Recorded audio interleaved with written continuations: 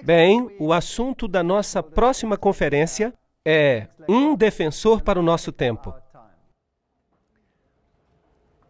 Temos aqui uma ilustração provocante que faz pensar. As tábuas da pedra e o dedo de Deus em segundo plano. E Êxodo capítulo 31, versículo 18 diz: E deu a Moisés, quando acabou de falar com ele no monte de Sinai, as duas tábuas do testemunho, tábuas de pedra escritas pelo dedo de Deus. Então Deus escreveu em pedra os 10 mandamentos, e os escreveu com o seu próprio dedo. Êxodo 32, versículo 16 diz: E aquelas tábuas eram obra de Deus, também as escrituras eram escrituras de Deus, colocadas por ele sobre as tábuas. De fato, há na Bíblia apenas algumas vezes em que Deus escreve.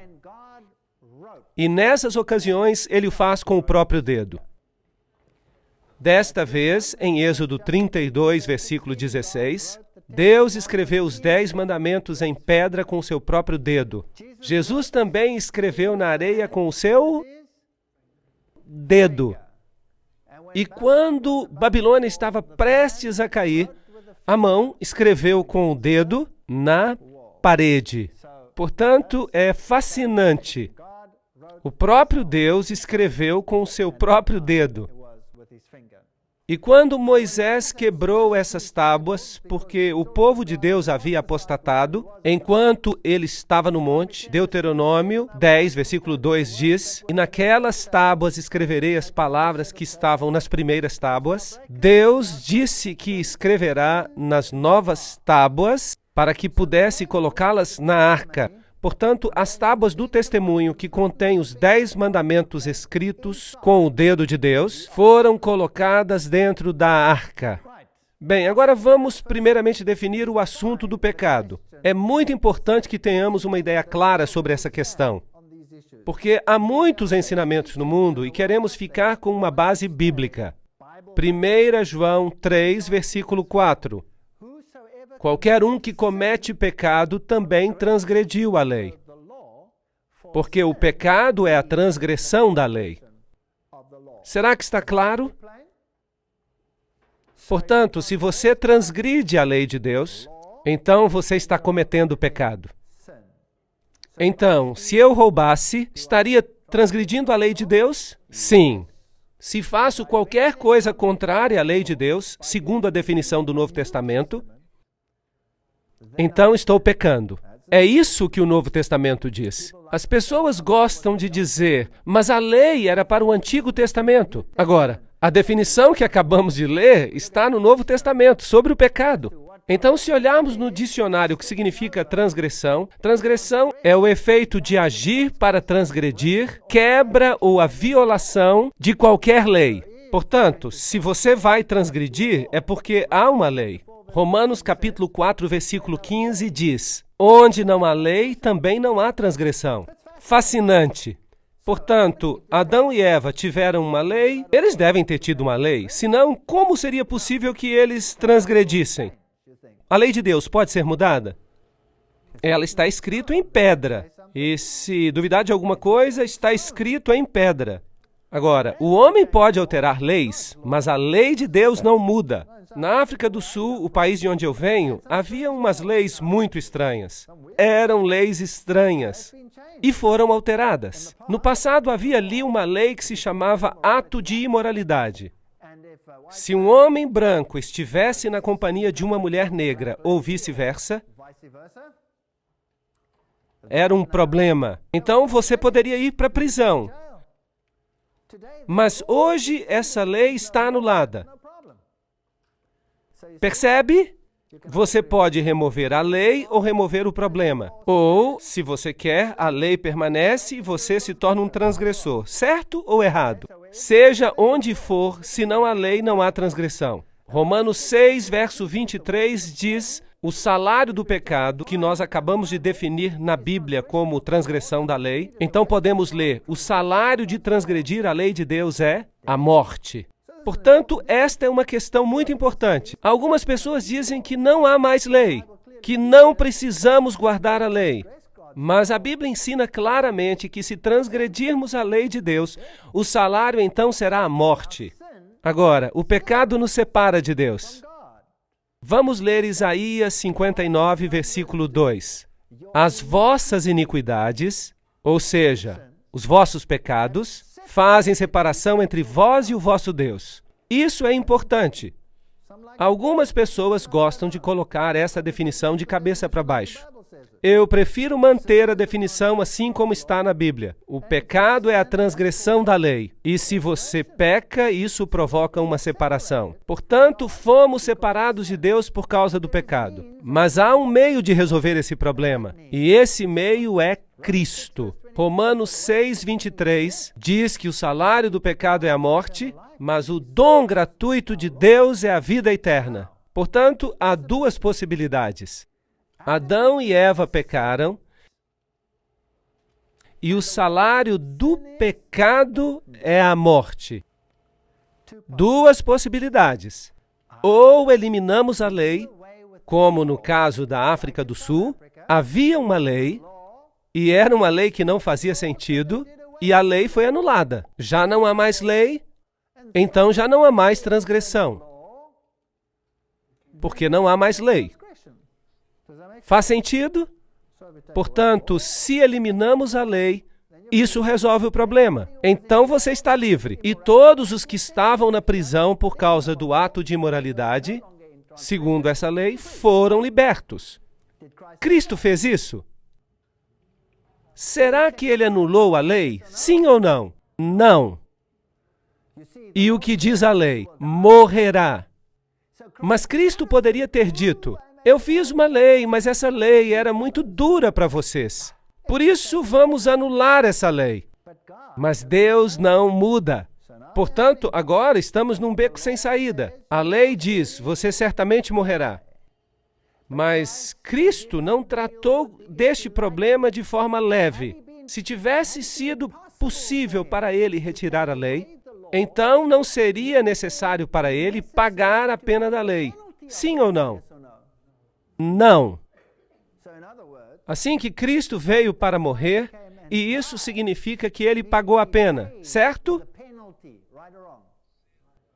Então, será que a lei ainda é vigente? Sim ou não? Absolutamente. Mas algumas pessoas gostam de dizer que a cruz anulou a lei. Mas eu gostaria de dizer que a cruz é justamente a garantia de que a lei está vigente. A cruz é a garantia de que a lei ainda está vigente. Porque se tivesse sido possível anular a lei, então não teria sido necessária a morte de Cristo. Faz sentido? Ok. E porei inimizade, vocês se lembram do texto? Entre ti e a mulher, entre a tua semente e a sua semente, e esta te ferirá a cabeça e tu lhe ferirás o calcanhar. Haveria inimizade entre o diabo e Cristo, porque pela graça sois salvos mediante a fé, e isso não vem de vós, é dom de Deus. Não vem das obras para que ninguém se glorie. Estes textos são confusos? Não. Posso ser salvo guardando a lei? Não. Sou salvo por meio da graça. Cristo pagou a pena por mim, e ele morreu por mim, e por meio da graça sou salvo. Se eu aceito o seu dom de salvação, estou salvo pela graça.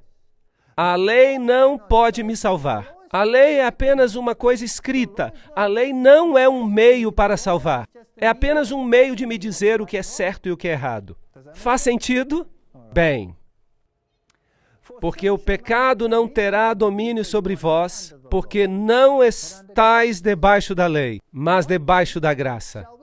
Pois que pecaremos porque estamos debaixo da lei e não debaixo da graça? O que Paulo diz aqui? De modo nenhum. Em outras palavras, o que ele está dizendo aqui é que a graça me salva. E as obras não podem me salvar. Mas o pecado não tem domínio sobre mim. A transgressão da lei não deve fazer parte da minha vida. Então, agora, por acaso posso pecar? Sim ou não? De modo nenhum. De modo nenhum.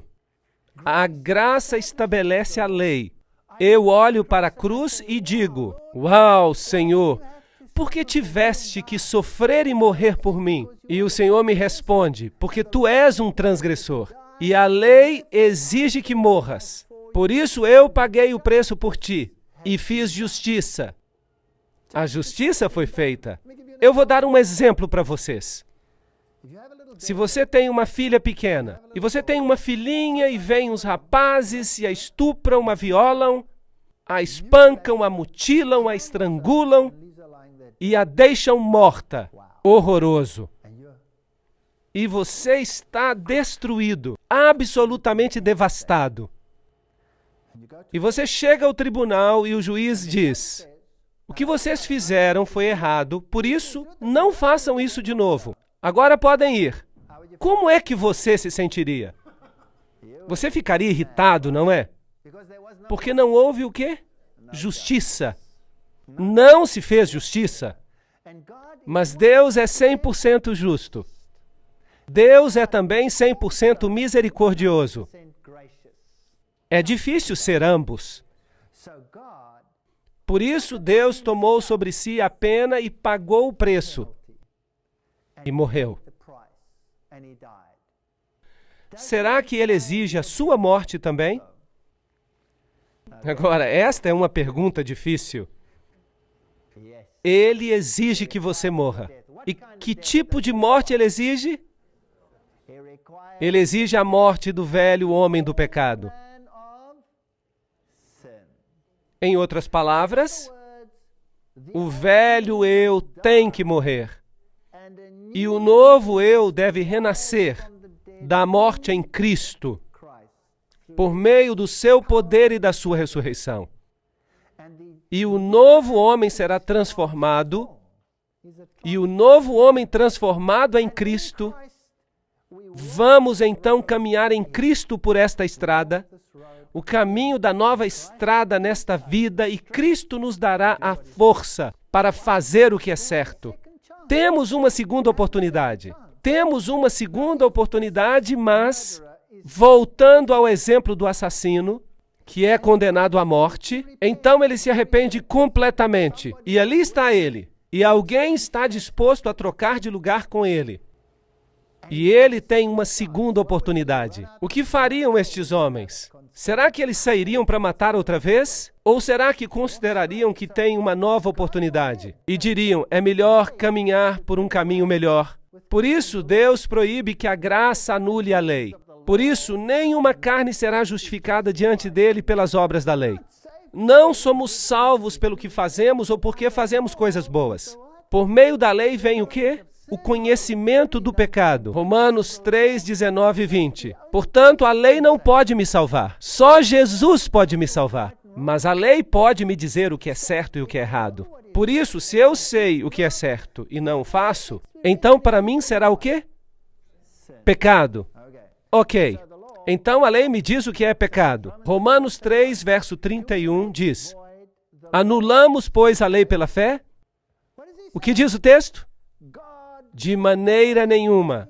Antes, estabeleceremos a lei. É incrível como o pensamento de Paulo é distorcido sobre este ponto específico. Porque as pessoas acreditam que estão sob a graça e dizem que a obediência à lei é uma coisa judaica. Não, não, não, não. A Bíblia ensina que estamos sob a graça e que as obras não podem nos salvar. Podemos fazer tudo o que é bom, se não aceitarmos a Cristo, não seremos salvos. Porque só nele há salvação. Mas a lei me ensina o que é certo e o que é errado. Quando eu estou em harmonia com Cristo, eu vou guardar os seus mandamentos. Jesus diz: se me amais, guardareis os meus mandamentos. Romanos 3, versículo 31. E assim a lei é santa e o mandamento santo, justo e bom. Romanos 7, versículo 12. Portanto, a Bíblia me ensina claramente que a cruz não substitui a lei. Em vez disso, ela a estabelece. Estabelece a autoridade da lei. Porque se tivesse sido possível tirar a lei, então Cristo não precisaria ter vindo para morrer. Portanto, agora nenhuma condenação há para os que estão em Cristo Jesus, que não andam segundo a carne, mas segundo o Espírito. O Espírito gosta do pecado? Não. O Espírito não gosta do pecado. Assim que, se você está em Cristo, dizendo ao Senhor, quero fazer a tua vontade, mostra-me o que é certo e o que é errado, e a fazer o que é certo. O pecado quebrou essa relação, e Deus fez para Adão e para sua mulher túnicas de pele, para vesti-los. Gênesis 3, versículo 21. É que eles tinham perdido as suas vestes de justiça. E Deus, na sua misericórdia, disse, vou cobri-los outra vez. E Ele lhes dá a promessa do Messias, que os recobre de justiça. Assim, o primeiro símbolo da morte foi um animal que morreu. Certo ou errado? Sim, o animal morreu e se tornou um tipo de Cristo, que iria morrer por nós. Agora vamos dar uma olhada em outra lei, que é a lei cerimonial e dizia respeito a todas as festas, regras e regulamentos que Israel tinha que cumprir. Agora, lembre-se, os 10 mandamentos foram escritos como? Lemos que pelo dedo de Deus. Foram escritos em pedra. E onde é que tinham que ser postos? Na arca. O cerimonial da lei foi escrito por Moisés e colocado ao lado da arca. Vamos ler cuidadosamente. E aconteceu que Moisés, tendo acabado de escrever num livro todas as palavras desta lei, quem escreveu? Moisés. Foi num livro. Num livro, não foi em tábuas de pedra. E quando foram acabadas, deu ordens aos levitas que levassem a arca para o Senhor, dizendo, tomai este livro da lei. Que livro? O livro da lei. E ponde ao lado da arca da aliança do Senhor vosso Deus, para que ele esteja por testemunha contra ti. Agora lembre-se, grave isto na memória. É bom memorizar a palavra de Deus. Uma tem que estar ali e é o livro da lei, está fora e serve como testemunho contra nós. A lei cerimonial é um testemunho contra nós. Assim que esta lei nos diz algo acerca de nós mesmos. Certo ou errado? Ela nos diz que somos pecadores. A lei dos 10 mandamentos nos diz o que é pecado. Mas esta lei nos diz qual é a nossa parte neste processo. Ela nos indica a solução. Ela nos aponta para a solução. Existem 2 leis diferentes. Portanto, uma estava nas tábuas de pedra, escritas pelo dedo de Deus e colocadas na arca. A outra foi escrita em pergaminho, como um livro da lei, e colocado ao lado da arca. Agora, a lei moral está na Bíblia. São os 10 mandamentos, que em Tiago são chamados de lei real. São chamados de lei da liberdade, não a lei da escravidão. Vou lhes dizer algo.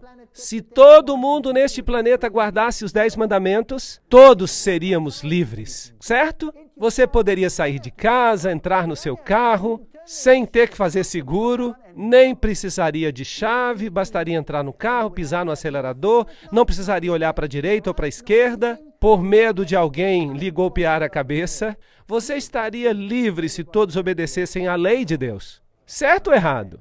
Ok. Êxodo 31 diz, era a mesma escritura de Deus esculpida nas tábuas. Deuteronômio nos fala que foi posta dentro da arca. 1 João 3, versículos 4 a 8 e Romanos 4 dizem que a lei existia antes do pecado. Não foi por acaso que se diz, onde não há lei, não há transgressão, porque Adão e Eva transgrediram. Portanto, deveria haver uma lei, certo? Romanos diz que o objetivo da lei é revelar o pecado, porque pela lei vem o conhecimento do pecado. Deuteronômio 5:22 e Salmo 19:7 e Romanos 7 e muitos outros textos dizem que a lei é completa, é perfeita, é santa, é justa e boa. Isso é o que diz acerca da lei de Deus. E Salmo 111, versos 7 e 8, diz que permanecem para sempre os mandamentos. Vamos dar uma olhada na lei cerimonial. Ela é chamada de lei dos mandamentos que contém as ordenanças. Efésios 2:15, Hebreus 9:10. Foi escrita por Moisés e foi posta no livro da lei. Acabamos de ler isso. Foi colocada ao lado da arca e não na arca. E foi dada após o pecado. Gálatas 3:19. A lei foi acrescentada por causa da transgressão. Portanto, a transgressão requer que exista uma lei. Assim que outra lei foi acrescentada por causa da transgressão. Portanto, temos duas leis. Uma lei é cerimonial e a outra é moral. E o objetivo era revelar o remédio para o pecado. Levítico 6, 1, 6 e 7, João 7, 29, Mateus 27, 51. É temporária e caducará. Agora, temos que saber muito bem do que estamos tratando, de que lei estamos tratando. E precisamos entender os dois lados da questão, porque a Bíblia usa simplesmente a palavra lei para as duas. E você precisa descobrir a partir do texto se ele está falando acerca da lei cerimonial ou da lei moral. É difícil e você pode ficar muito confuso se você não conhece exatamente esta definição. Você tem que conhecê-la com exatidão, de modo que, assim como era, havia uma lei moral que estava dentro da arca e acima da arca havia uma cobertura de ouro que era chamada de propiciatório. É algo maravilhoso. Vamos estudar sobre isso daqui a pouco. E também o livro da lei escrito por Moisés com todas as leis cerimoniais e posto ao lado da arca. Existem 4 evangelhos escritos na Bíblia. São os evangelhos de Mateus, Marcos, Lucas e João. E as pessoas perguntam, por que as histórias se repetem? Qual é a vantagem disso? Pois bem, há muitas vantagens, porque cada um tem um ponto de vista diferente. Mateus fala sobre Cristo, o Rei. Marcos fala sobre Cristo, o servo. Lucas fala sobre Cristo, o homem. E João fala de Cristo, o divino. Portanto, aqui há vários aspectos da divindade. Agora, vamos dar uma olhada nos 5 livros de Moisés e vejamos. Gênesis é o livro das origens, a queda e a promessa da redenção. Assim que Cristo está aí. Êxodo, Cristo no santuário. E vamos tratar deste tema também. Ele é incrível, maravilhoso. Levítico, Cristo nosso sacrifício. O Cordeiro de Deus que tira o pecado do mundo. O Cordeiro representa quem? Representa a Cristo. Portanto, Levítico é Cristo, nosso sacrifício. Números é Cristo, o nosso guia. E Deuteronômio, Cristo, a nossa recompensa.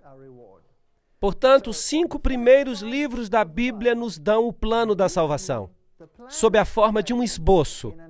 Nos falam da lei, e a lei cerimonial nos fala sobre o remédio para o pecado, e já que a solução está em uma pessoa, todos esses textos falam apenas de um único indivíduo, e este é Jesus Cristo.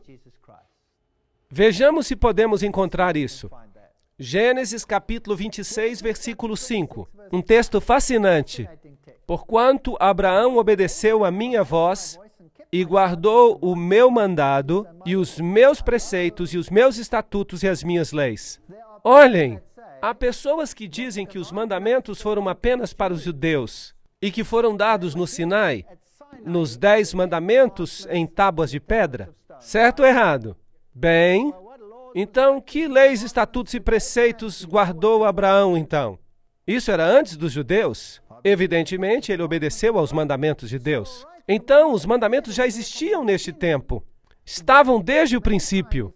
Mas como os homens não são muito bons de memória, eles foram dados em pedra novamente para a posteridade. E Jesus disse, eu tenho guardado os mandamentos do meu Pai e permaneço no seu amor. Jesus deixou um exemplo.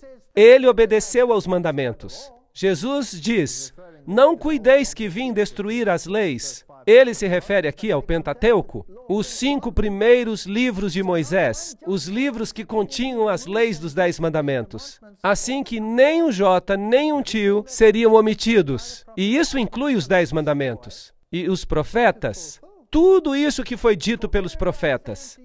Não vim destruir, mas cumprir. Porque em verdade vos digo que até que o céu e a terra passem, nem um jota nem um tio se omitirão da lei, sem que tudo seja cumprido. Assim que, se você olhar para Jesus, você vai ver que ele não veio mudar nada. Ele veio cumprir. Aqui está o cumprimento da lei cerimonial, e ele é a solução para o pecado. E ele veio porque a lei dos 10 mandamentos havia condenado a todos os homens à morte. Mas ele veio para fazer justiça e pagar o preço. Portanto, na cruz, a justiça e a misericórdia se encontraram. Incrível! Jesus diz, é mais fácil passar o céu e a terra do que cair um tio da lei. Lucas 16, verso 17. Você percebe que a lei permanece? Sim ou não?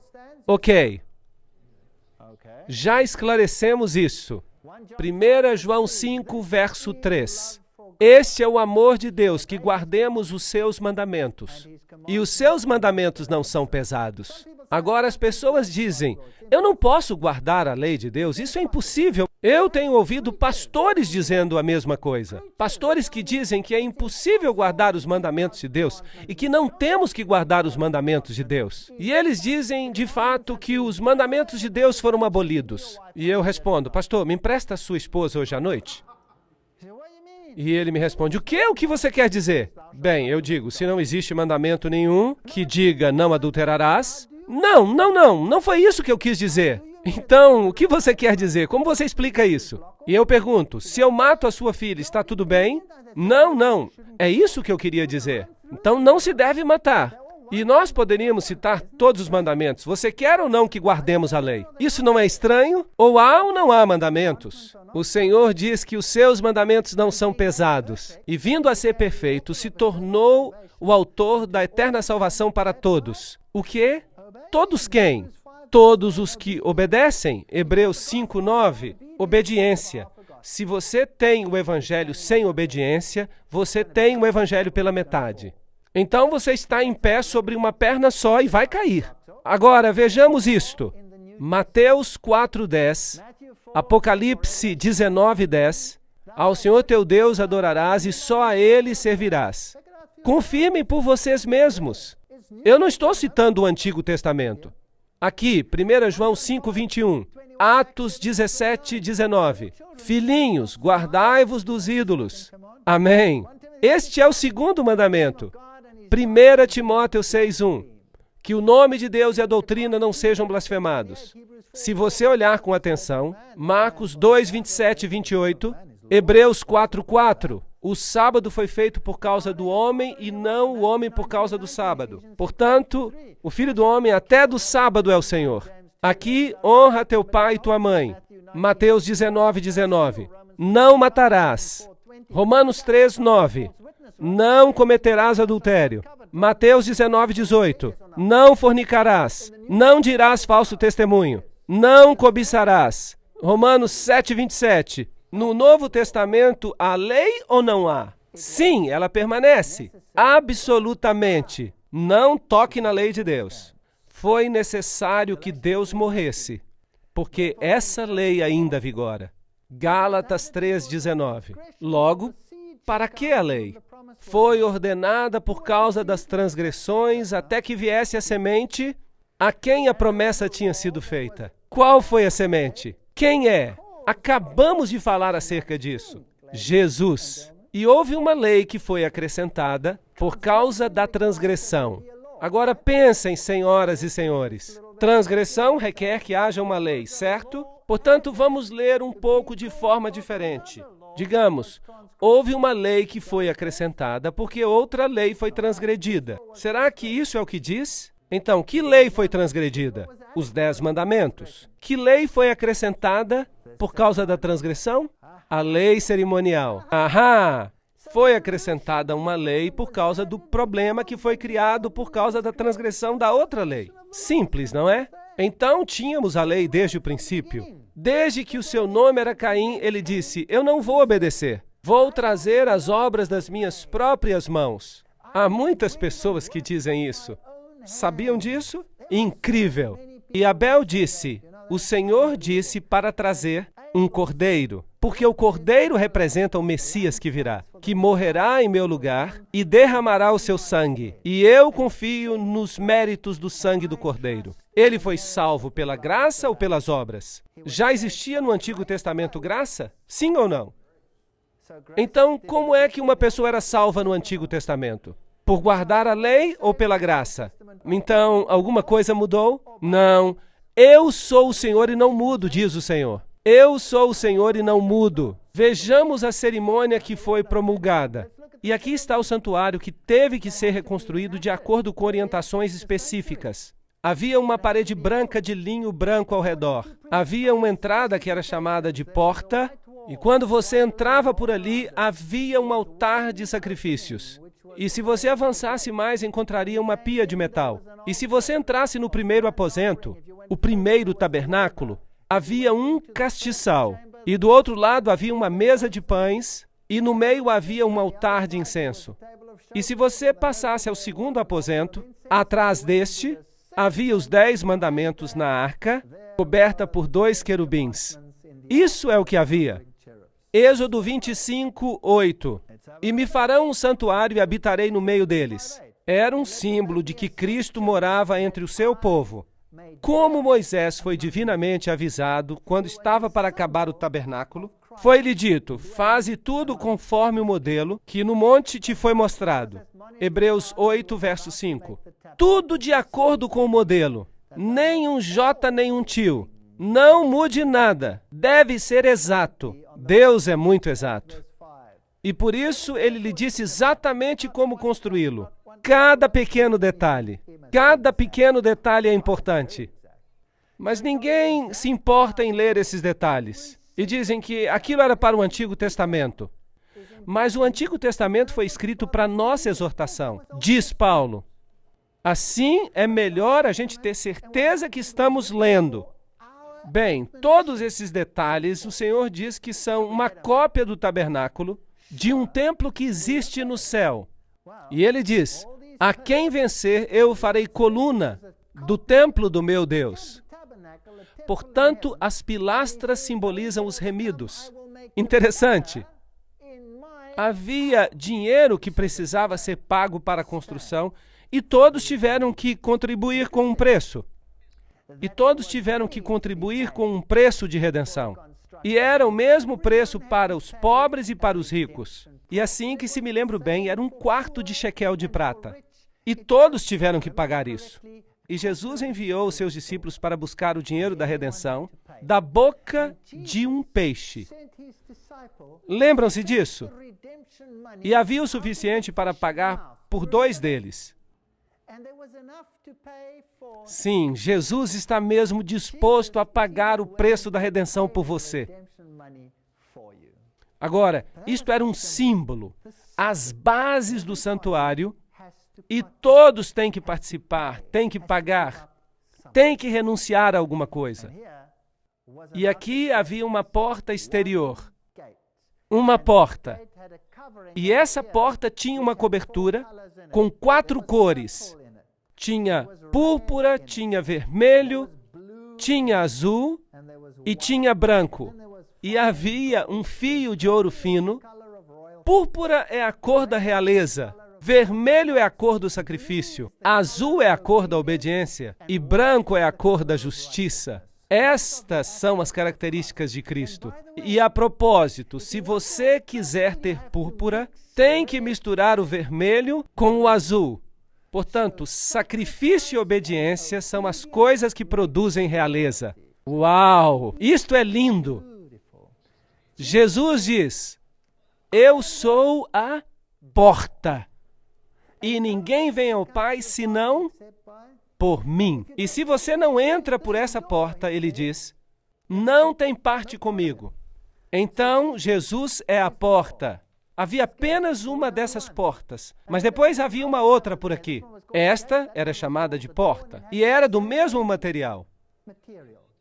E depois havia outra no interior que tinha o mesmo material, as mesmas cores. Portanto, Cristo é identificado como a porta, e com as cores, e com o véu entre o primeiro e o segundo aposento. E se você vem por aqui, a primeira coisa que você vai encontrar é o altar do sacrifício. E o que acontecia ali? Um sacrifício. E a quem se representava nesse sacrifício? A Cristo. Então, o linho branco em volta é a justiça de Cristo. Quando você passa pela porta, em outras palavras, quando você aceita a salvação por meio de Jesus Cristo, é envolvido pela justiça de Cristo. Isso é lindo. É isso que se chama justificação. Você se encontra diante do altar de sacrifício e há um cordeiro e você é testemunha do sacrifício do Filho de Deus em símbolo para tirar os seus pecados. Hebreus 9:24 diz que Cristo não entrou no santuário feito por mãos humanas, figura do verdadeiro, porém no céu mesmo, para agora comparecer por nós diante da face de Deus. Portanto, o santuário terrestre era uma cópia do santuário celestial, onde Cristo é o nosso sumo sacerdote. Hebreus 9, verso 8 diz: o caminho do santuário não estava descoberto enquanto se conservava em pé o primeiro tabernáculo. O ministério de Jesus no céu só podia começar depois que o seu ministério na terra fosse concluído. Como é que nós sabemos disso? Porque no santuário terrestre não era autorizado ao sacerdote que entrasse no primeiro aposento até que o sacrifício tivesse sido feito. Havia um cordeiro e havia um carneiro da consagração. O cordeiro representava Cristo no início do seu ministério e o carneiro representava Cristo no final do seu ministério. E se o carneiro da consagração era sacrificado, aí o sacerdote era autorizado a entrar no lugar santo. E a Bíblia nos diz que Cristo não entrou com sangue de cordeiros ou carneiros, mas com o seu próprio sangue.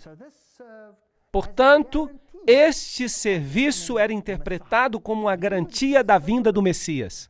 É um simbolismo lindo. Símbolos que servem de exemplo e sombras das coisas celestiais, como Moisés foi avisado divinamente. Hebreus 8:5.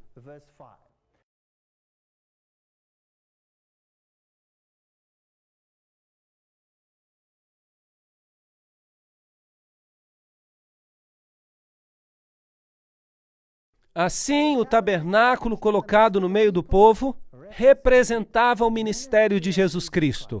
Agora, você acha que é importante que nós compreendamos o ministério de Cristo? Sim ou não?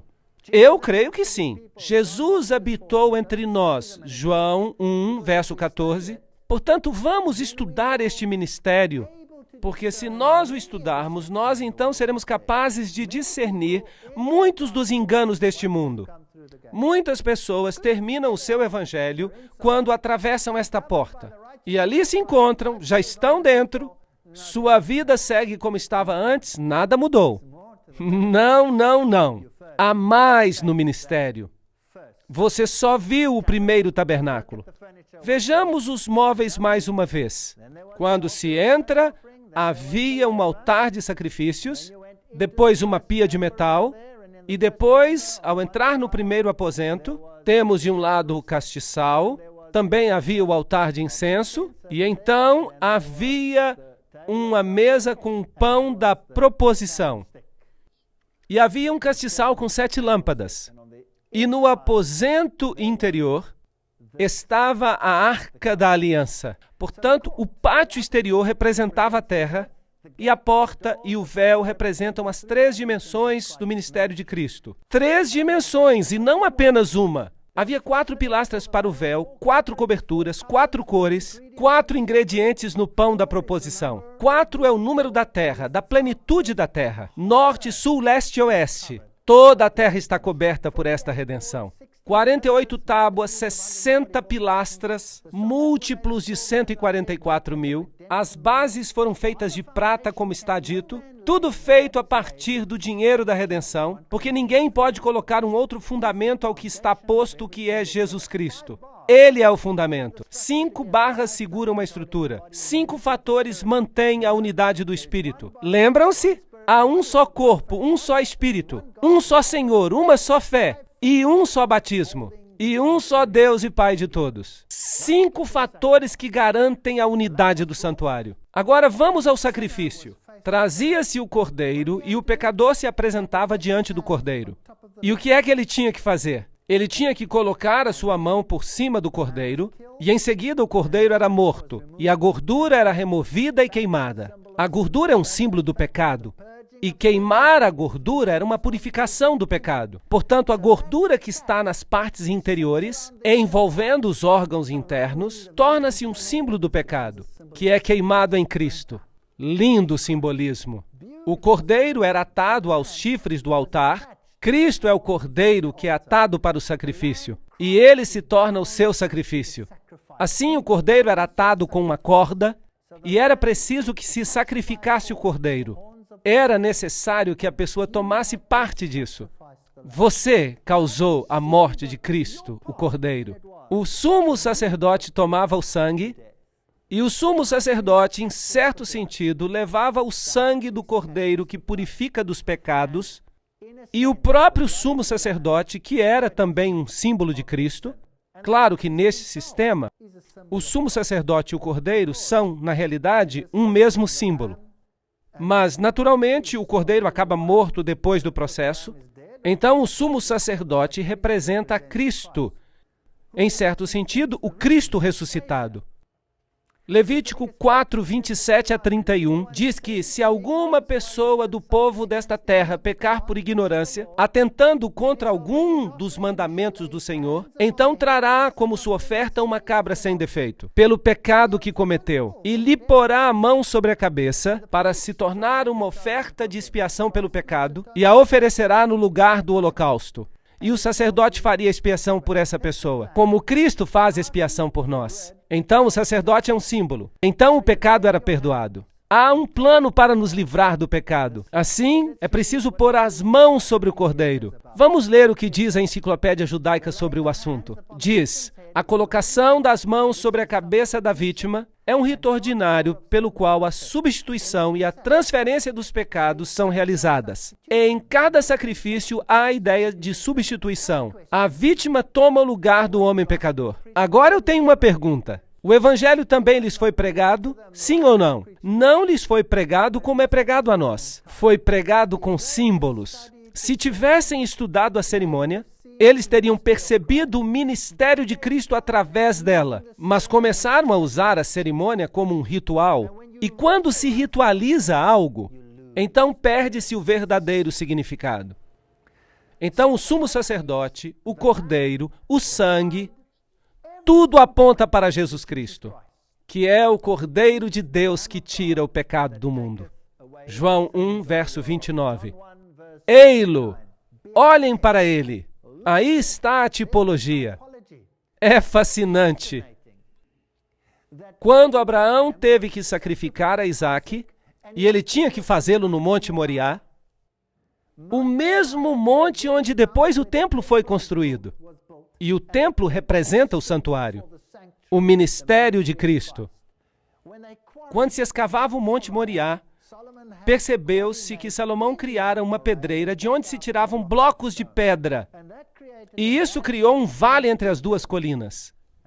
E uma colina foi chamada de Gólgota. É fascinante que o Monte Moriá era uma colina e que Jesus morreu no Monte Moriá. Uau! Ele morreu no mesmo monte, simbolizando a morte do Cordeiro.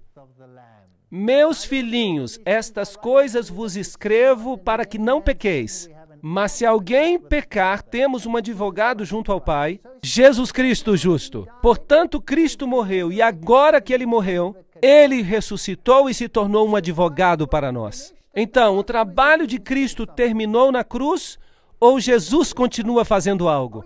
Ele ainda está fazendo o seu trabalho. Sim, o preço do pecado foi pago plenamente, mas a obra de Cristo não está terminada ainda. Cristo é ainda o advogado, nós podemos encontrar salvação nele. Mas ele foi ferido por causa das nossas transgressões, moído pelas nossas iniquidades. O castigo que nos traz a paz estava sobre ele e pelas suas pisaduras fomos sarados. Se confessarmos os nossos pecados, ele é fiel e justo para nos perdoar. Devemos confessar a ele, sim ou não? Absolutamente. Vocês sabiam que há pregadores que dizem que não há nada mais malvado que possamos fazer do que falar sobre a natureza pecaminosa do homem? Se não falarmos do pecado, então não precisamos de uma solução. Poderíamos seguir sem Cristo, certo ou errado? Ok, todos estes símbolos representam um sumo sacerdote. Agora, aqui está a pia de metal. A pia de metal vinha logo após o sacrifício. Muitos sistemas religiosos vêm e querem aceitar a justiça de Cristo, vêm até a porta, aceitam o sacrifício expiatório na cruz, mas depois dizem, muito obrigado, agora estou salvo. Mas ainda falta lavar-se, sim ou não? A limpeza pelo renascimento, uma mudança deve ocorrer no caráter. Algo tem que acontecer. De modo que a pia de metal representa a lavagem por água. Ali está, e você se lavava na pia de metal, o sacerdote fazia isso como um símbolo, porque um tabernáculo estava preparado, o primeiro, em que havia o candelabro e a mesa e os pães da proposição. Isso se chama santuário. E o sumo sacerdote entrava nele diariamente, mas não sem sangue. Agora, isto é o que acontecia. Imagine isto. O pecador traz o cordeiro é abatido, as entranhas são queimadas, e o que sobra do cordeiro é finalmente queimado fora da cidade. E isso simboliza que Jesus ia morrer fora, que ele seria morto e eliminado fora da cidade. Então, o sumo sacerdote cozinharia uma porção, uma pequena porção como parte cerimonial, mas os críticos nos dizem que era do tamanho de uma ervilha, e ele tinha que comer.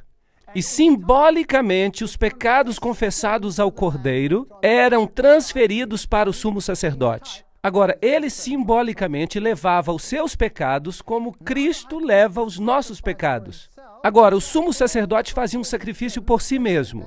Além de todos os pecados confessados que ele tomava sobre si próprio, ele levava aquele sangue e o levava para o santuário diariamente. E o colocava nas pontas do altar. Assim, um símbolo. Em símbolo, os nossos pecados foram removidos e colocados no registro do santuário.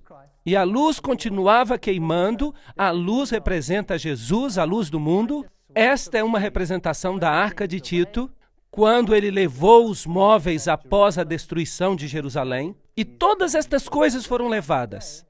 Onde elas estão hoje? Deveríamos perguntar. Jesus diz, em João 8, versículo 12, eu sou a luz do mundo. Quem me segue não andará em trevas, mas terá a luz da vida. O óleo que estava na lâmpada é um símbolo do Espírito Santo, que difundiria a vida. E, através do Espírito Santo, a fumaça, o fumo do incenso subia com as orações dos santos, desde a mão do anjo até a presença de Deus.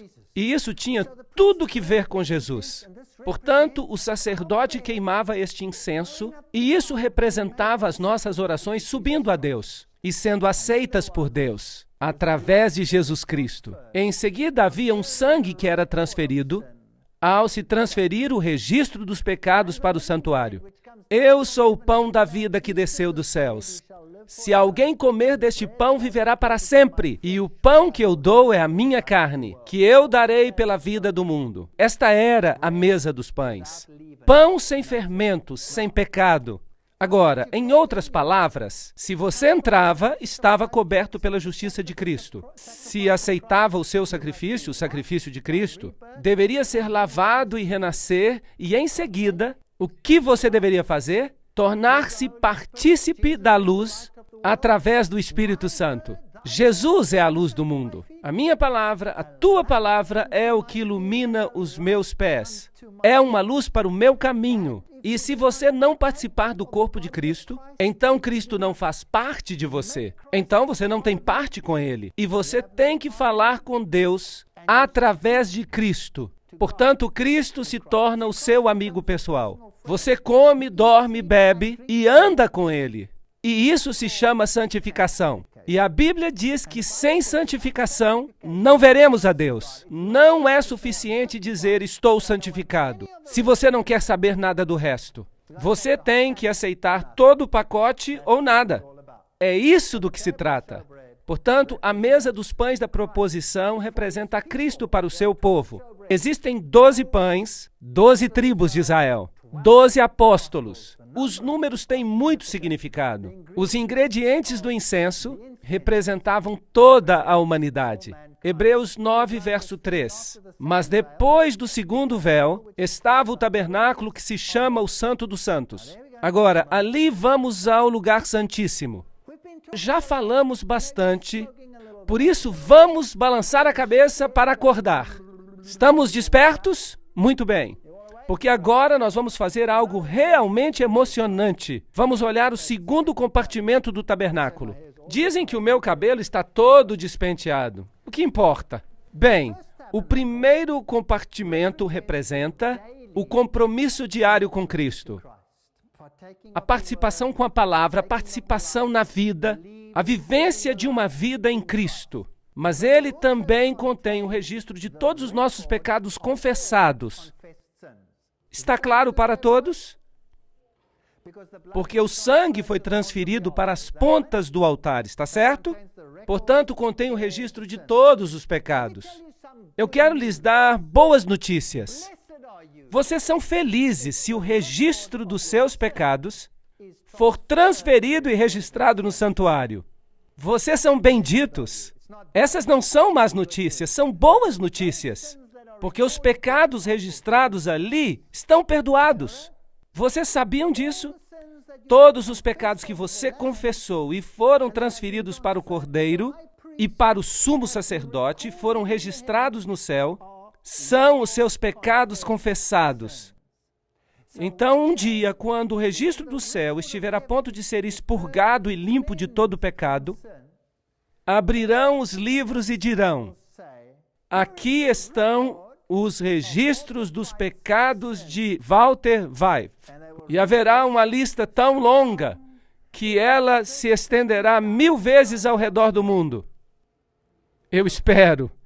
E o diabo dirá, porque ele é o acusador dos irmãos, certo ou errado? E o que ele vai dizer? Eu sei que este homem cometeu muitos pecados. Mas nós então olharemos para o registro e ali estará escrito: perdoados. Haverá algo mais? Não. Mas ele também fez isso. Sim, de fato, ele fez, está aqui. Mas está escrito perdoado. Agora, se ele puder mencionar algum pecado que não conste da lista, você está em apuros.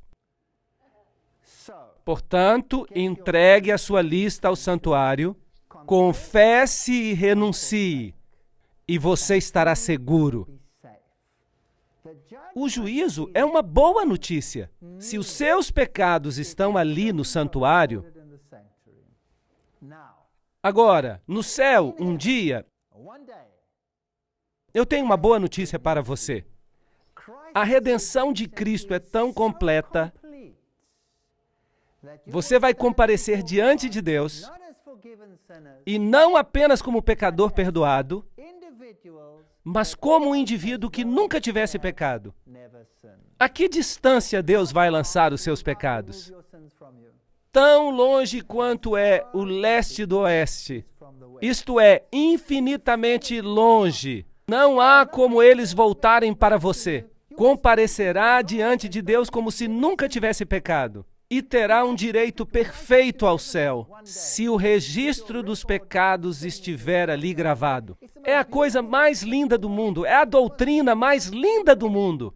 Não há nada a temer se nós tivermos confessado os nossos pecados e os tivermos abandonado. Lembram-se de Maria Madalena? Lembram-se dela? Ela foi acusada, mas Jesus lhe disse: nem eu te condeno, certo? Isto é a graça. Isto se chama graça. E então, o que ele disse?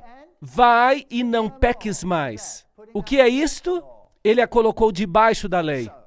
Portanto, a lei e a graça vão juntas. Então, agora o registro do pecado está ali, mas uma vez por ano o registro dos pecados era limpo. Uma situação bem mais séria. Ele tinha sinos ao redor dele. Romãs e sinos. Romãs e sinos, romãs e sinos. E os sinos soavam. e lhe amarravam uma corda à perna. Porque se ele entrasse na presença do Deus Santo com pecados, ele morreria instantaneamente. E teriam que puxá-lo para fora do véu morto. Isso é uma coisa muito séria, de modo que era uma situação muito grave. O sacerdote fazia plena confissão dos seus pecados e se assegurava que todos os seus pecados tinham sido expiados. E em seguida entrava na presença do Deus Santo. Estava na presença, no lugar santíssimo. E havia ali os 10 mandamentos e as tábuas de pedra, os 2 anjos e a glória do Shekinah, que aparecia por cima dos 10 mandamentos, que contém a lei de Deus que condena o pecador à morte, se ele é um transgressor. E havia uma cobertura de ouro fino, o propiciatório, que representava a misericórdia de Cristo, cobrindo-nos da condenação da lei. Fascinante! Esta cobertura era de ouro, 1 côvado e meio de altura. E as grades onde o sacrifício era queimado fora do altar eram também de 1 côvado e meio de altura. Pequenos detalhes como este só me deixam impressionado. Em outras palavras, a justiça de Deus é tão elevada quanto a sua misericórdia. Incrível! Aqui ele entrava e aspergia o sangue especial no véu, que continha, evidentemente, os 10 mandamentos.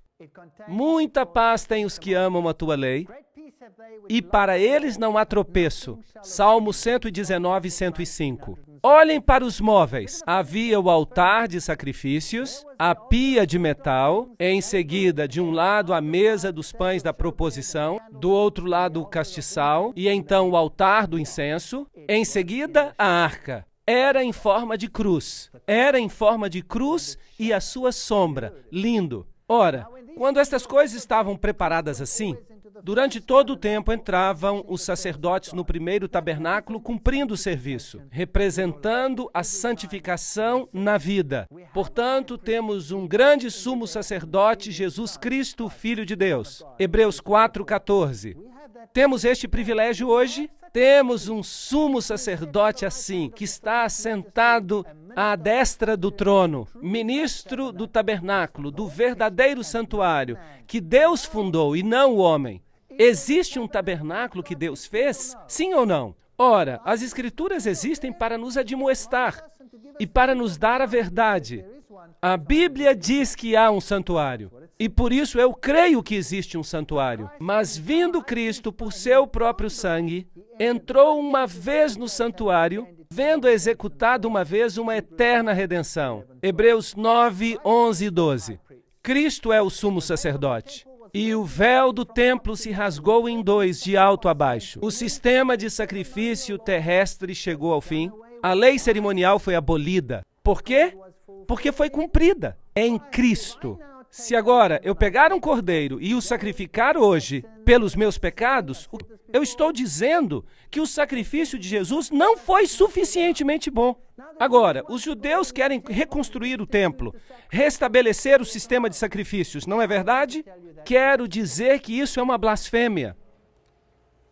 E jamais me lembrarei dos seus pecados e das suas iniquidades. Ora, onde há remissão destes, não há mais oferta pelo pecado. Tendo, pois, irmãos, ousadia, para entrar no lugar santíssimo pelo sangue de Jesus, pelo novo e vivo caminho, temos um novo pacto com Cristo, e é o mesmo que o antigo, mas este foi cumprido em Cristo. E agora eu olho para Jesus. Eu não tenho mais que olhar para os cordeiros e carneiros. Tenho que olhar para Jesus. Portanto, o templo foi realmente eliminado e deve continuar assim. Tempo para um novo templo é o que eles dizem, mas eu não penso assim. Porque Cristo não entrou num santuário feito por mãos, figura do verdadeiro, mas no próprio céu. Para que vamos construir um na terra se já há outro no céu? Para quê? Não faz sentido. Certo, então observemos este serviço. Cristo, oferecendo-se uma vez para retirar o pecado de muitos, aparecerá uma segunda vez sem pecado aos que o esperam para a salvação. Portanto, pode salvar perfeitamente aqueles que se aproximam dele e de Deus. Tudo que o sumo sacerdote usava, todas as suas roupas representavam a Cristo. A veste interior é branca como a justiça de Cristo. A exterior, o éfodo e todos estes símbolos. A porta, o portão, o véu, cada pedra, as 12 pedras, as 12 tribos, tudo remete ao tabernáculo. Mesmo o teto do tabernáculo. O revestimento exterior era de pele e representa a humanidade de Cristo. Em seguida, você tem as cores que estão associadas com as portas. Portanto, a pele de texugo simboliza a Cristo, que velou a sua divindade com a humanidade. Cristo Salvador, peles de carneiro, tingidas de vermelho, Cristo no seu sacrifício, a cobertura de pelos de cabra, a justiça de Cristo e, no interior, um revestimento real, azul, escarlate e púrpura. Cristo Salvador exaltado, isto é fascinante. Agora, as 7 festas judaicas anuais também estão associadas ao serviço do templo. Isto está tudo escrito na lei de Moisés. Havia o tipo e o antítipo. Havia a Páscoa judaica, que representava o sacrifício do cordeiro, representava a crucifixão. Notem que era no mês de Nissan, 14. Em seguida, havia a festa dos pães asmos, no dia seguinte. Este é Cristo, corpo de Cristo. Cristo na tumba, Nissan 15. E então tinha uma festa das primícias em Nissan 16. Assim temos 14, 15 e 16, os 3 dias da crucifixão, sexta, sábado e domingo da ressurreição. Assim que até nas suas festas anuais estavam celebrando a obra de Cristo. Isto é surpreendente, é incrível. E em seguida havia a festa das semanas, que era em Sivan 6. 50 dias depois, era o Pentecostes. E esse celebrava a doação da lei, as ferramentas da justiça, como é correto em termos de sua obediência. A graça provém de Deus, e agora estavam totalmente equipados, ao mesmo tempo em que foram enviados a pregar Cristo, a solução para o problema do pecado. A lei define o pecado, o problema do pecado, e Cristo é a solução para o problema do pecado. Portanto, o custo da redenção é Cristo. Portanto, as 5 trombetas, a festa das trombetas, em Tisri, era o prenúncio do juízo e do movimento adventista, o dia da expiação, o juízo do pré-advento, Tisri 10, e em seguida a festa dos tabernáculos e o regresso para casa. E agora vejam isto, o dia da expiação e a colheita da redenção viria depois. Portanto, a purificação do santuário terrestre, isto é uma ideia magnífica do dia do juízo. Isto é o que representava. Portanto, soavam as trombetas, tan, taran, tan, e traziam 2 caprinos. E um era chamado bode do Senhor, e o outro era Azazel. E era o bode emissário, que seria solto no deserto. Azazel significa o mal, Lúcifer. Então eles lançavam sortes, e o bode emissário era conduzido para o deserto, e não era sacrificado, ele não morria. Ele era apenas levado para o deserto, mas o bode do Senhor era sacrificado. Então, ao som de trombetas, este símbolo do juízo, Apocalipse 14, 6 e 7 e Joel 2, 1, o bode do Senhor era sacrificado e o sumo sacerdote entrava com esse sangue para o lugar santíssimo. Lembram-se dos sinos e das cordas amarradas aos seus pés?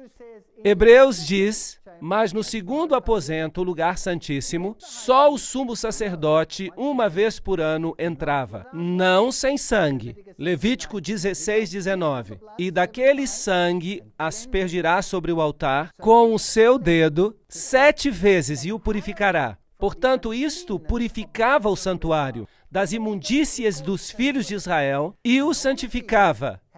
Lembram-se que todos os pecados estavam registrados ali. Todas estas coisas do santuário precisavam ser limpas. Assim farás a expiação pelo santuário por causa das imundícias dos filhos de Israel e das suas transgressões e de todos os seus pecados, e assim farás para a tenda da congregação, que reside com eles no meio das suas imundícies. Portanto, todas as coisas tinham que ser limpas a partir do registro do pecado.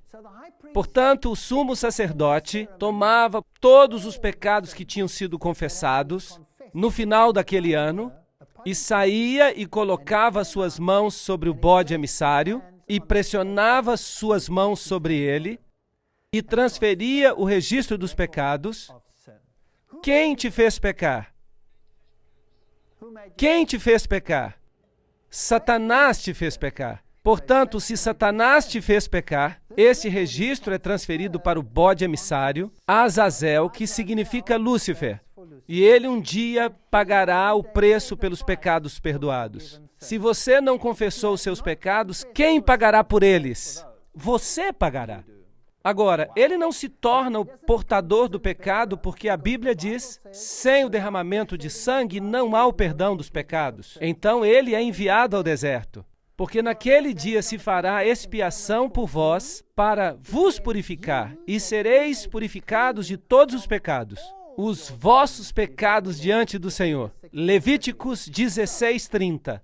Então, no dia do juízo, você estará diante de Deus com quantos pecados sobre si? Nenhum. Não é espantoso? Isto é fenomenal.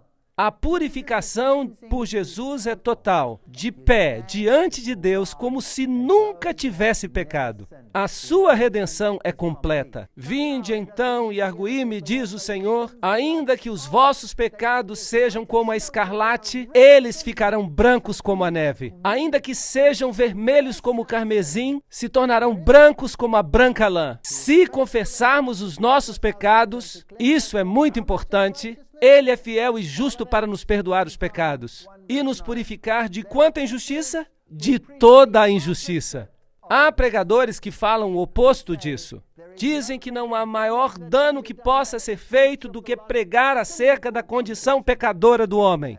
Mas temos que reconhecer e confessar os nossos pecados se desejamos ser participantes da salvação. Portanto, esse era um período de confissão final, de purificação, um tempo de juízo. E aqueles que não participavam eram cortados do povo. Esta é a mensagem do santuário, a purificação do santuário. E ele me disse, até 2.300 tardes e manhãs e o santuário será purificado. Daniel 8:14. Chegará um tempo em que Cristo entrará no seu segundo aposento e começará a purificação do santuário. E nós trataremos desta profecia dos 2.300 anos em uma outra conferência. Em 2.300 dias o santuário será purificado. Segundo a Bíblia, este julgamento tomará lugar.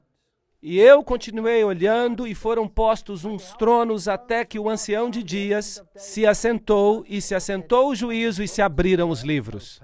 E eis que veio um como filho do homem e se dirigiu ao ancião de dias. E o fizeram chegar até ele, porque há determinado um dia em que há de julgar o mundo. Atos 17:31. É melhor que tomem nota do juízo. Está vindo. 2 aos Coríntios 5:10. Porque todos precisaremos comparecer diante do tribunal de Cristo, para que cada um receba segundo o que tiver feito, por meio do corpo, ou bem ou mal. Portanto, onde você gostaria que os seus pecados estivessem? Na sua cabeça ou nos registros do santuário? Ei, é melhor tê-los no registro do santuário. O Senhor julgará o seu povo. Há uma lista, e se essa lista for bem longa, bom, é bom para você. Mas se essa lista for curta demais, você pode estar em apuros. Portanto, examine-se a si mesmo se você está no Senhor.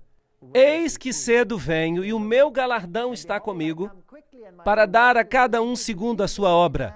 Apocalipse 22:12. A vinda do Senhor irá revelar estas coisas. Penso que não temos nada a temer. Os 2.300 dias têm um tempo específico. Começa em 457 a.C. e se temos 2.300 dias ou anos, chega até 1844. É um tempo interessante. É um tempo muito interessante. Foi nesta época que o Manifesto Comunista foi escrito, esta época em que foi divulgada a teoria da evolução ao mundo, precisamente em 1844. Foi esta época em que houve um grande choque entre o Messias e o não Messias. A música do mundo foi escrita sobre a criação. Temei a Deus e dai-lhe glória, porque é vinda a hora do seu juízo. Qual será a norma de julgamento? Vamos perguntar à Bíblia. Assim falai e assim procedei. Como devemos ser julgados pela lei da liberdade? A lei vai ser o padrão de julgamento. Tiago 2, verso 2. Vamos ouvir a conclusão de toda a questão. Eclesiastes 12, 13 e 14. Temei a Deus e guardai os seus mandamentos, porque isto é o dever de todo homem. Porque Deus há de trazer a juízo toda obra, e até tudo que está encoberto, quer que seja bom, quer que seja mal. Será que ouvimos muito falar sobre isso no mundo hoje? Não, não, não. Se me amais, diz Jesus, guardareis os meus mandamentos. Amados, se o nosso coração não nos condena, temos confiança para com Deus, e qualquer coisa que dele pedirmos, dele receberemos, porque guardamos os seus mandamentos e fazemos o que é agradável à sua vista. 1 João 3, 21 e 22. É tão simples assim. Peça perdão a Deus e o seu registro de pecado confessado será feito no céu. Vai e não peques mais. Come o pão da vida. Bebe da água da vida. Toma a luz do mundo, a luz viva. Come e bebe da tua religião. Não é bom ter uma religião pela metade. E então, quando Cristo voltar, estarás limpo de toda a tua injustiça. Tudo isto, nenhum deles estará sobre a tua cabeça, nenhuma mancha. A justiça de Cristo te cobrirá novamente. Se confessarmos os nossos pecados, Ele é fiel e justo para nos perdoar os pecados e nos purificar de toda injustiça. 1 João 1, verso 9. Arrependei-vos, pois, e convertei-vos para que sejam apagados os vossos pecados. Este é um evangelho que não escutamos hoje em dia, mas esta é a verdade, senhoras e senhores. Esta é a verdade. Crê no Senhor Jesus e será salvo. Mas acreditar é fé, e a fé sem fazer algo, sem obras, é inútil. Quem é injusto, faça injustiça ainda. E quem está sujo, suje-se ainda. E quem é justo, faça justiça ainda. E quem é santo, seja santificado ainda. Apocalipse 22, 11. Muito em breve esse decreto vai sair, e a porta da graça fechará. E se você estiver no lugar imundo, será tarde demais. Você permanecerá imundo. Se você estiver do lado justo, permanecerá justo. E muito em breve o Senhor virá. O Senhor não retarda a sua promessa. Ele é longânimo para conosco, não querendo que ninguém se perca, mas que todos cheguem ao arrependimento. Às vezes eu me pergunto, quando eu vejo o mundo desta forma, Senhor, por que tu não vieste ainda? Há gente que diz que Deus vai ter que pedir desculpas a Sodoma e Gomorra se não voltar logo, porque as coisas estão tão más. Mas eu sei que o caráter de Deus é muito paciente. Aqui está a paciência dos santos. Aqui estão os que guardam os mandamentos de Deus e a fé de Jesus. Jesus virá em breve. Em breve virá sobre as nuvens. E esta é a minha oração. Que cada um de nós tenha um entendimento correto do que significa servi-lo. O serviço não significa simplesmente cantar aleluias. Significa aceitá-lo como Salvador pessoal.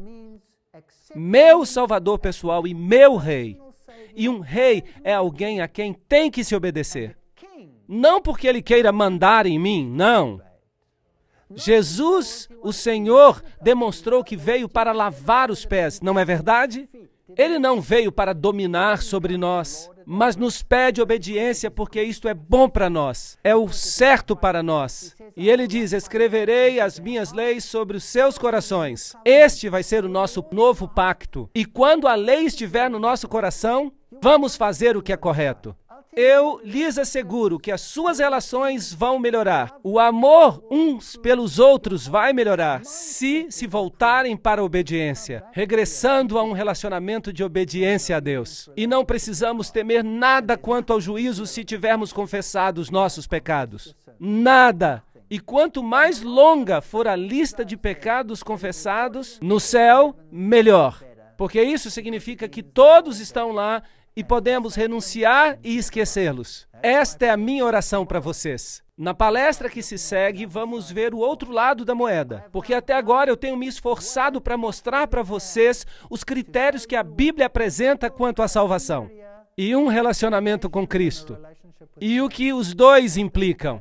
Amanhã veremos as contrafações. Vamos identificar o anticristo pelo nome. E eu sei que alguns poderão ficar chocados ou ofendidos, mas se ficarem zangados, fiquem zangados comigo, mas não com a palavra de Deus. Podem até jogar tomates em mim, mas continuem vindo, continuem assistindo, alimentando-se da palavra. Vamos ver que é possível analisar tudo isso juntos. Muito obrigado.